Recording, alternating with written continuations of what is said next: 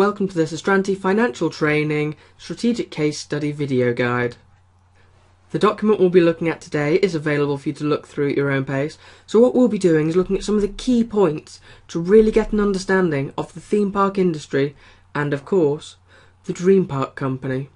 So, the first thing I'd like to do is talk about the history of theme parks, and again, you can look through this at your own pace, but the bit that is really crucial is this post-war period and the rise of Walt Disney's Disneyland empire. And what we need to understand about Mr. Disney is, although he was an animator and although he had these brilliant characters he could draw on for his park, more importantly than that, he wanted to fuse an older style of amusement park, that is, with quaint rides and with that lovely atmosphere, as well as being technologically advanced and focusing on new rides. It was this combination that gave rise to what we'd recognise as a modern theme park. And we can see some of the technical innovations that Walt Disney introduced in the original Disneyland, but equally importantly, it was this use of technology and this integrated approach that created an emphasis on fun and an emphasis on a full-day attraction. And this is the basis of all modern theme park advertising. So, when we go on to speak about Disney and their dominance of the market, we can understand that this is because they were there right at the start. However, if we look, Disneyland opened in San Francisco in 1955, and given that Dreempark only opened in 1962, we can also say that they were at the forefront of theme park development. However, as we'll see, Disneyland continued to innovate very aggressively, and it's possible that we can say that Dreempark is perhaps slightly more conservative, and perhaps still slightly more led by the original theme park idea of this post-war period. It was also during this period that we had one of the main competitors to Disneyland's American dominance start, and that was Six Flags. Six Flags is kind of different, because they don't have this character base and this movie studio to draw on.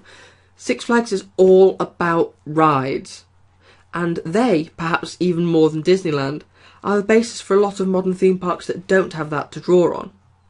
Six Flags are still this really big chain, a really good example to speak about in the exam, because they don't have that studio basis, and so they perhaps have slightly more in common with the Dreempark example. It's worth mentioning that although we've said that Six Flags are still going strong, they did in fact go bankrupt in 2010 and had to be resurrected from that, and that's something we'll come back to look at later on. Indeed, Six Flags have also had some of their parks go out of use.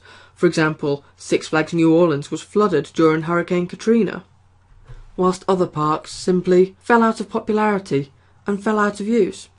So, how does that happen with such a big brand and such big parks as Six Flags?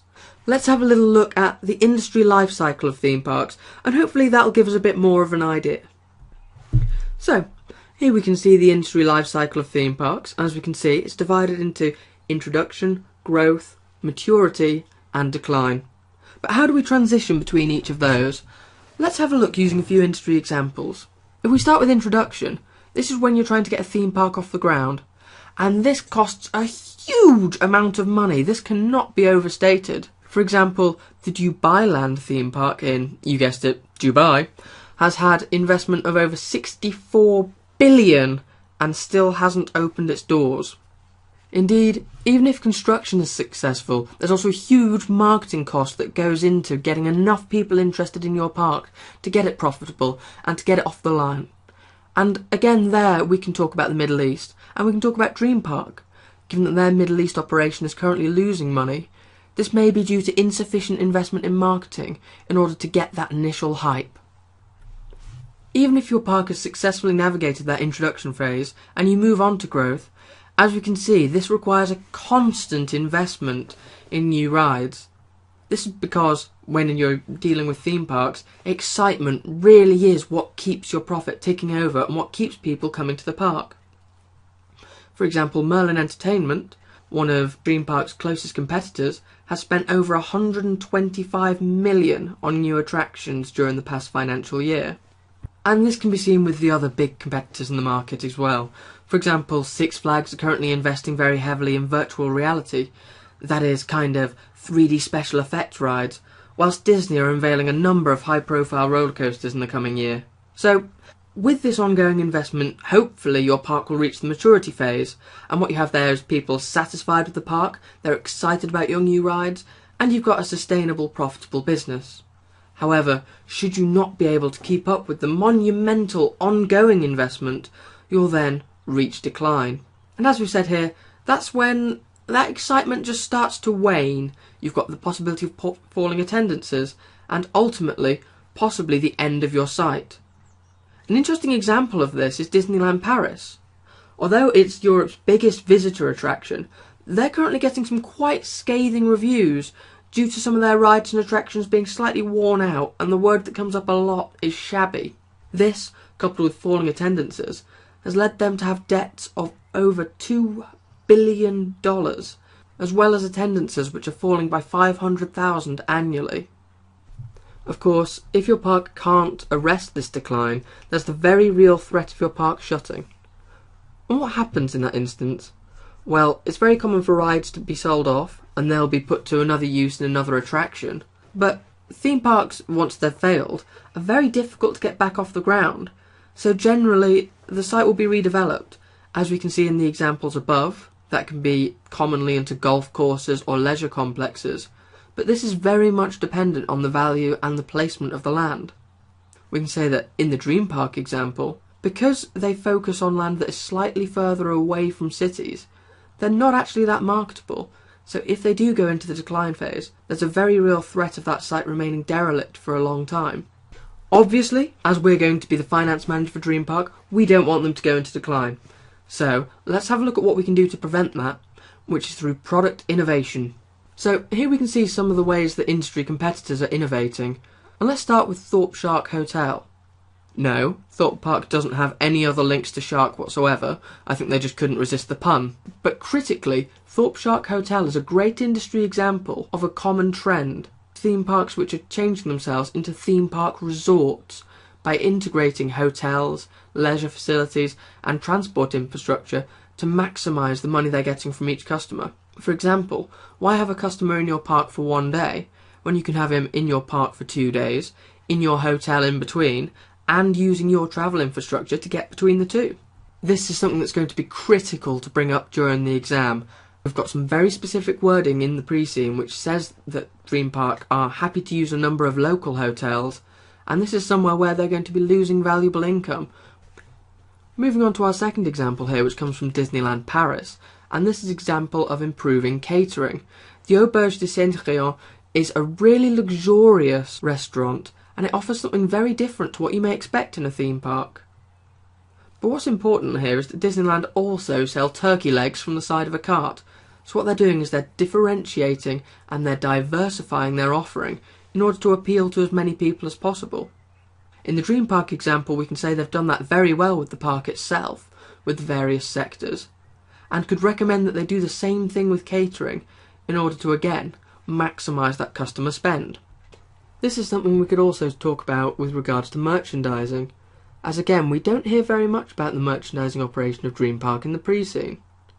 We do know that they use Jolly Bear as the centre of some marketing and some characterisation, and as we've seen with Disney, this can only be a good thing for making marketable, merchandisable products.